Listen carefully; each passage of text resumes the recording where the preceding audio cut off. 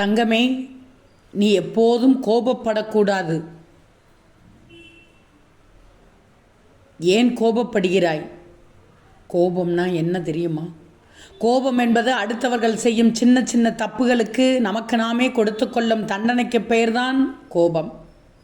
அது மட்டுமல்ல, நீ உன் கோபத்தை குறைக்க அடுத்தவரிடம் இதே கோபத்தோடு செயல்பட்டால் நட்பு நசுங்கி விடுமே, உறவு அருந்து போகுமே, உரிமை ஊஞ்சலாடி விடுமே. அப்போ உனக்கு நீயே கொடுத்து கொள்ளும் தண்டனை என்ன? சவுக்கு எடுத்து சுளீர்னு உன்னையே அடித்து கொண்டால் மட்டும் அதுக்கு பெயர் தண்டனை அல்ல. கோபம் ஏற்படுவதால் பதட்டம் உண்டாகுது. இதனால் உன் உடல் மனம் ரெண்டும் பாதிக்குது. இந்த பாதிப்பால் மன உளைச்சல், நடுக்கம் போன்ற உபாதைகள் தான் ஏற்படுகிறது.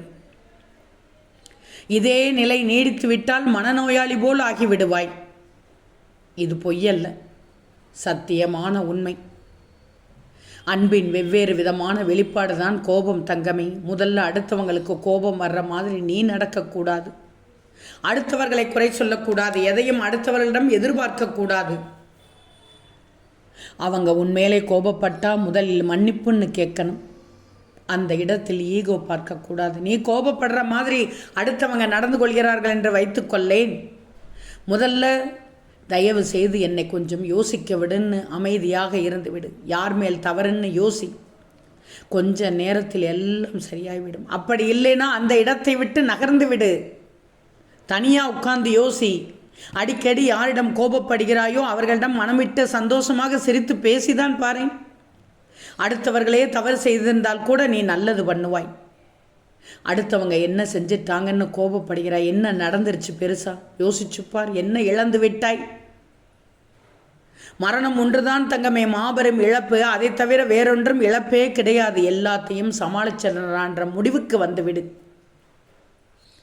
வீட்டு பெரியவர்கள் திட்டும் போது கவனித்திருப்பாய். என்னத்தை பெருசா சாதிச்சு கிழிச்சேன் என்று பார்கள். நாட்காட்டியில் உள்ள பேப்பரை கிழிச்சால் மட்டும் போதாது. ஒவ்வொரு நாளும் தூங்கச் செல்லும் முன் இன்றைக்கு என்ன சாதிச்சோம்னு யோசிச்சுட்டு தூங்கு தங்கமே. நீ சாதிக்க பிறந்துள்ளாய். கோபப்படாமல் இருப்பதே நீ மாபெரும் சாதனை தான்.